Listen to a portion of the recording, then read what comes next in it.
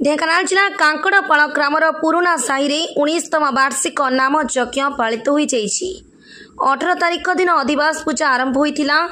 आज 19 तारिख अष्टप्रहरी नामयज्ञ जोग देते समाजसेवी रामचंद्र पात्र और पौर अध्यक्षा श्रीमती जयंती पात्र पूजा अर्चना करते।